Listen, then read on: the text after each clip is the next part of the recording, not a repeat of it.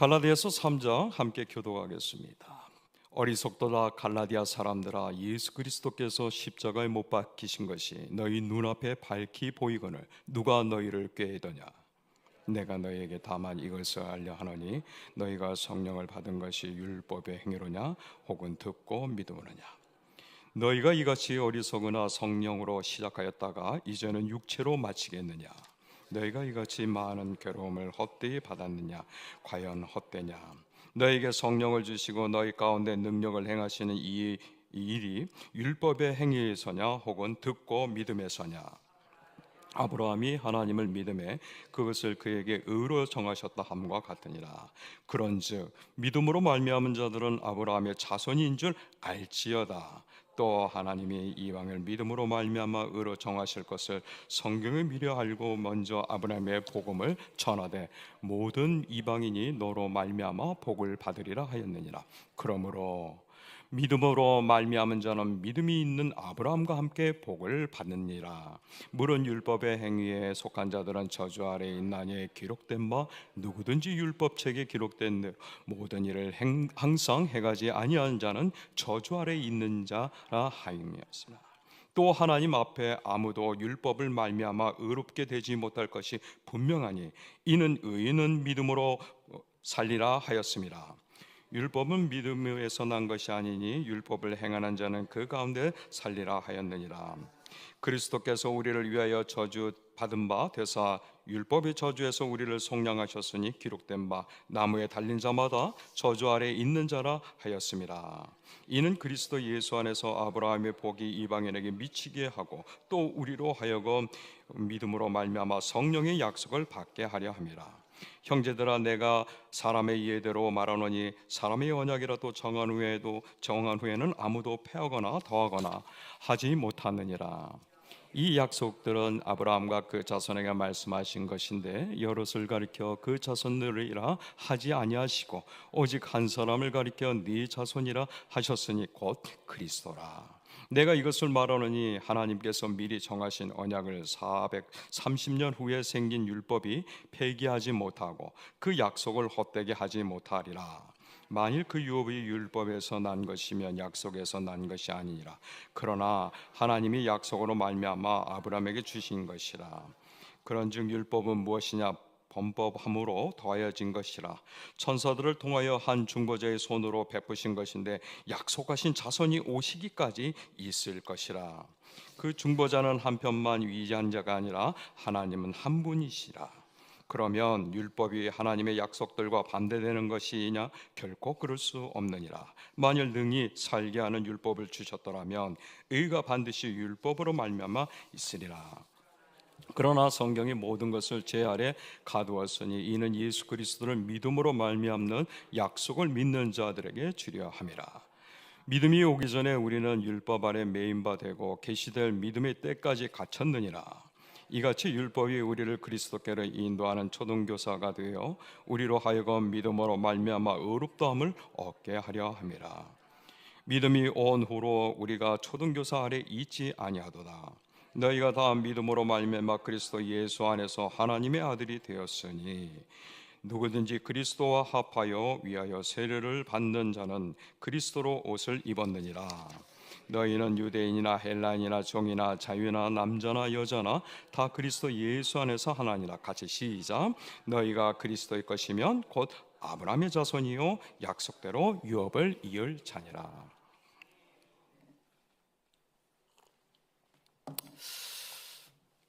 자, 한번 저하고 얼굴을 좀 대면할까요?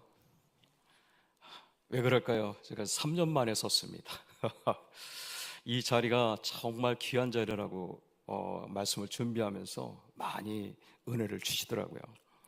오랜 세월을 동강교회 사역자로 부임을 받아서 사랑부 사역을 부서 사역을 하면서 참 슬픈 일과 기쁜 일이 혼동이 되는 가운데 갑작스럽게 몸이 병이 생겨서 새벽 예배를 드리지 못한 게 3년입니다. 그래서 부탁을 받아서 갈라디아서 3장을 본문을 딱 준비하는 동안 제가 갈라디아 3장을 언제 설교했나 봤더니 한 번도 안 했더라고요.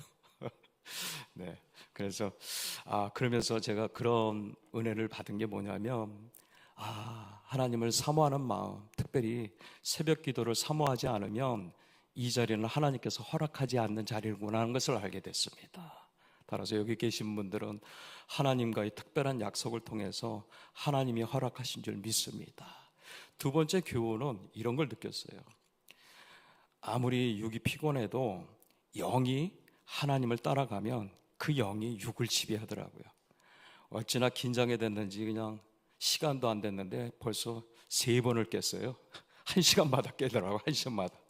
그런데 마지막 잠에서는 하나님께서 제 영을 깨워주시더라고요.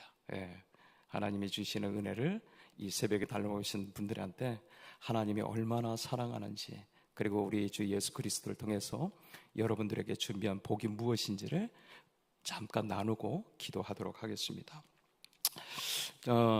제가 서두를 오랫동안 한 이유는 그마침 이 자리를 많이 사모했지만 좀처럼 기회가 되지 않았는데, 하나님께서 언젠가는 그 때가 주는 것처럼 말할 때가 있고 말을 닫을 때가 있는 것 같습니다. 우리가 신앙이 성장할 때가 있고 잠깐 침체가 될 때가 있고, 그런 성장과 침체가 이렇게 반복되면서 어느 순간인가 우리의 신앙은 성숙해 돼가는 것 같습니다. 우리의 소속되어 있는 합동교단에서는 이 신앙의 성장을 9단계로 봅니다. 그러나 그 9단계를 다 설명하기에는 이 새벽에는 좀 무리가 있고요. 크게 아마 우리 성도님들이 기억하는 게 성장 단계와 성숙 단계가 있지요. 성장 단계의 보통 기준을 보니까 행동을 많이 보더라고요. 저 사람은 봉사를 해, 저 사람은 전도를 해, 저 사람은 교회에서 많은 일들을 감당해, 이렇게 행동이 잠깐만 눈에 보여요.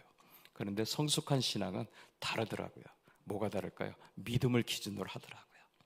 여러분들은 어떤 단계에 와 있습니까? 오늘 이 갈라디아서 이 3장의 신앙의 이 교훈은, 그 당시 갈라디아 교회는 바울 사도가 전도 때 세웠는데, 아무래도 그 지역에는 헬라인들이 많이 있다 보니까 그 흩어져 있는 디아스포라 유대인들이 그곳에서 바울 사도가 교회를 세우고 유대인들과 헬라인들이 신앙생활을 했습니다.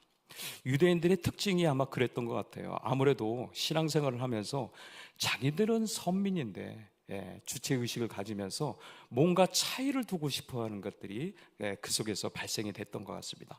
복음으로 하나가 되지 않냐고 자신들이 선민이라는 과거의 주체의식을 갖고 그들은 그 안에서 복음이 벗어난 다른 법을 또 만들기 시작합니다.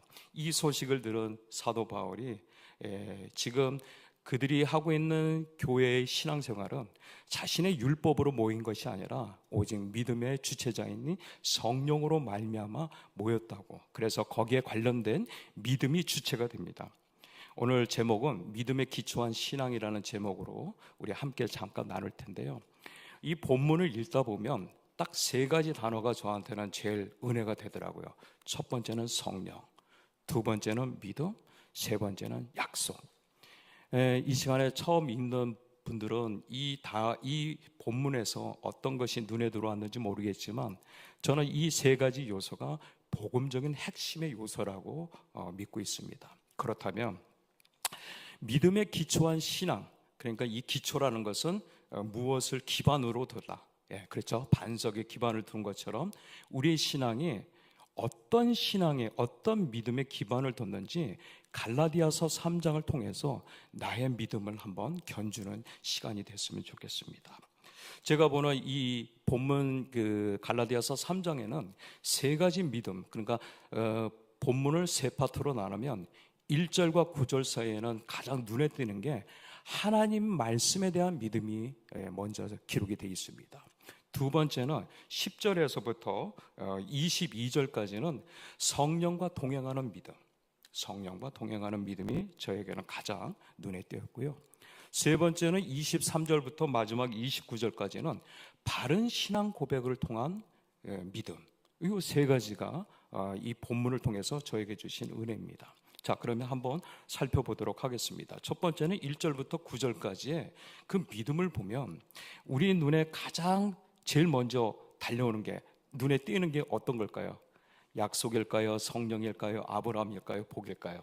저는 6절부터 9절까지 기록되어 있는 아브라함이 제일 먼저 들어옵니다. 아브라함, 사도 바울도 아브라함을 통해서 그가 행동으로 하나님의 준비한 복을 받는 게 아니라 바로 믿음으로 복을 받았다고 기록하고 있습니다. 그런데 이 믿음이, 이 복이 어떤 거냐면 우리가 아시겠지만 창세기 12장 1절에서 3절까지 그 복을 받는데, 여기 중요한 거는 아브라함의 자손인데, 이 자손을 여기서 너희들이 너무 협소하게 해석을 해가지고 유대인들이라고 생각하는 자들이 있는데, 그렇지 않다. 여기서 기록한 이 자손은 아브라함이 하나님의 말씀을 믿음으로 말미암아 주시는 복이기 때문에 우리 여기 또한도 하나님의 말씀으로 서 있는 자들의 믿음이 아브라함이 받는 복이라는 것을 명시하고 있습니다.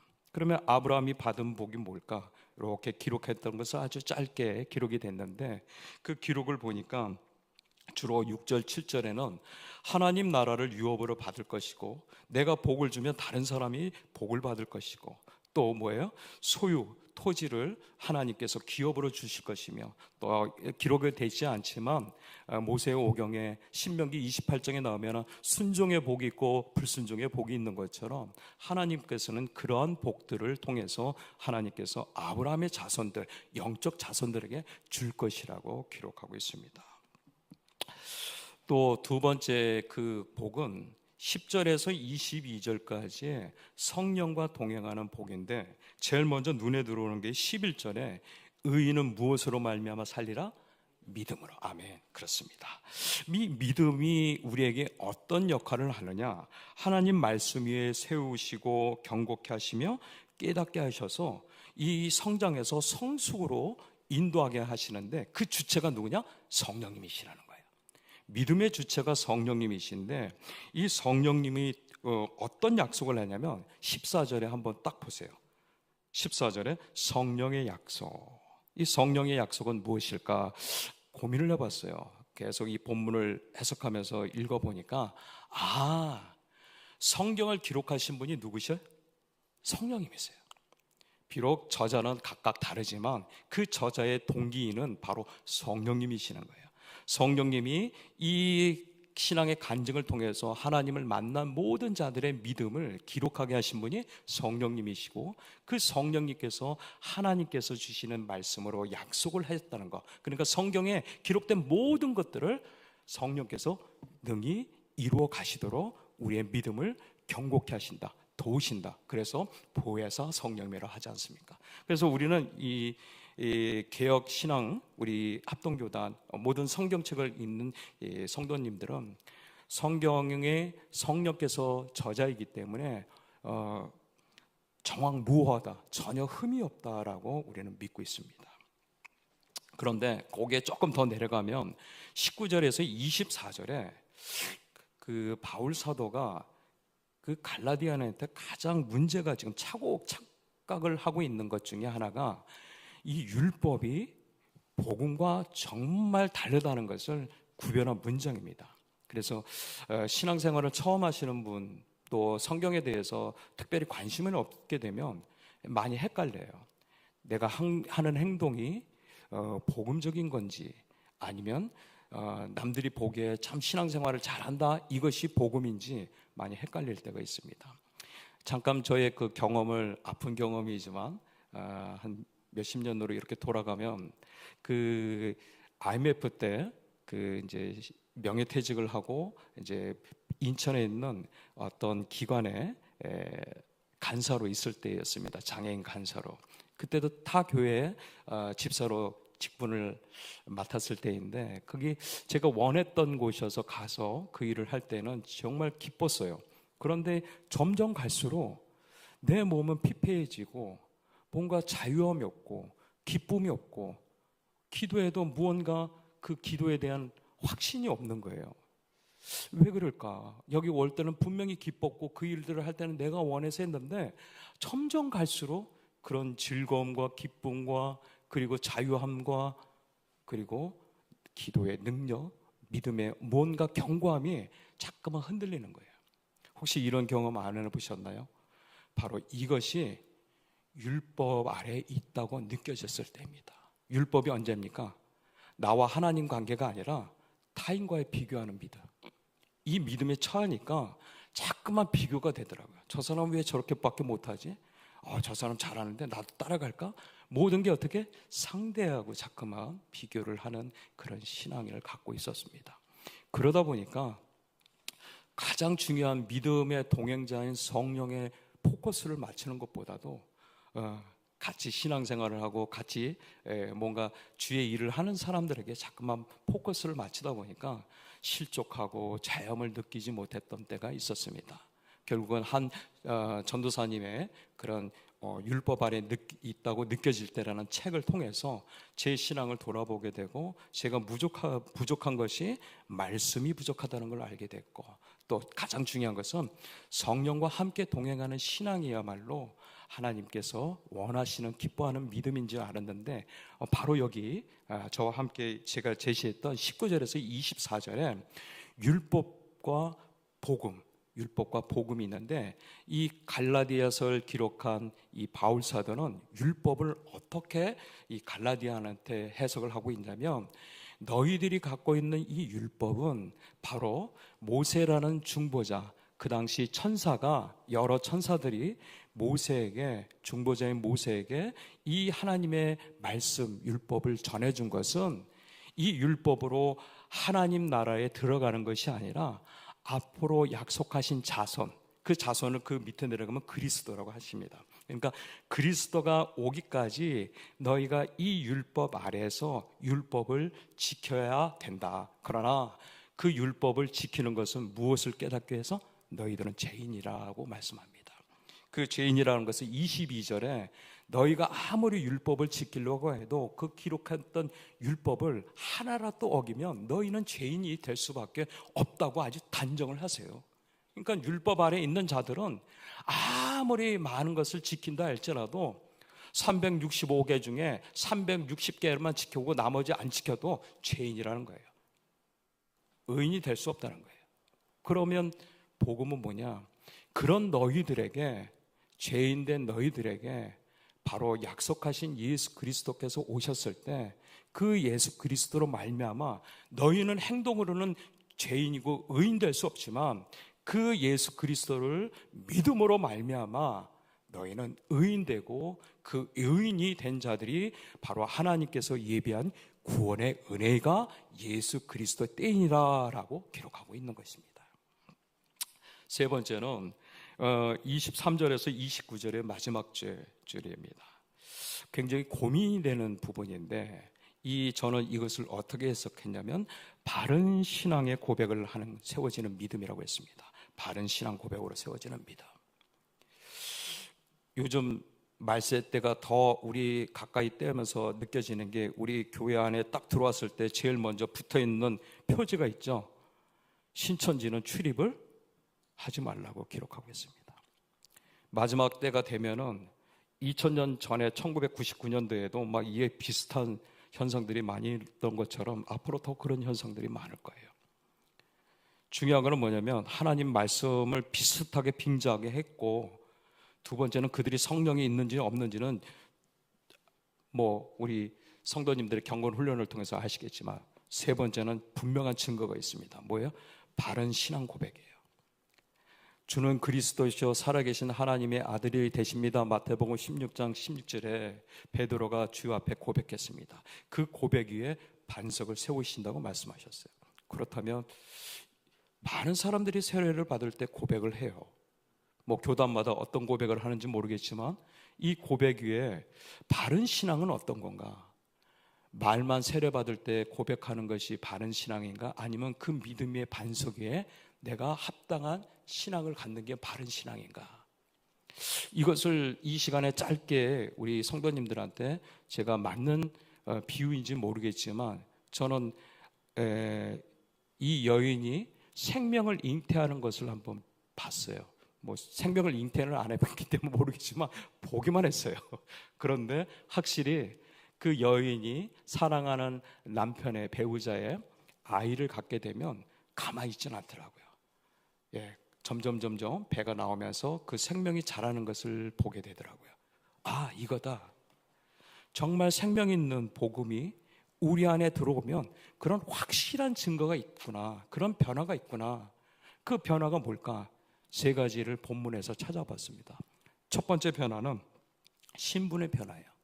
그러니까 율법을 지키고 해왔던 것으로 우리가 의인이 되는 게 아니라 오직 믿음으로 말미암아 의인이 된다고 고백했던 갈라디아서의 그 바울 사도의 그 신앙의 여정을 통한 그 고백이 우리에게도 있다면, 그 믿음으로 우리는 신분이 눈에는 보이지 않지만 분명히 믿음을 통해서 우리는 의인이 됐다는 거죠. 그러니까 의인이 됐기 때문에 아브라함이 하나님으로부터 부여받은 그 복이 저와 여러분들의 복이 될 줄 믿습니다. 그 복이 있고요. 그 다음에 또 어떤 변화가 있을까? 그 어떤 변화를 보니까 인격의 변화가 있구나. 우리 안에 누구의 영이 왔어요? 예수의 영, 진리의 영이 왔어요.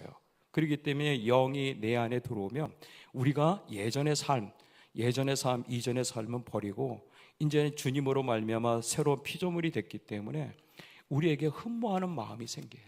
누구를? 예수님을. 그래서 우리가 찬양할 때마다 예수 닮기 원합니다. 예수 닮기 원합니다.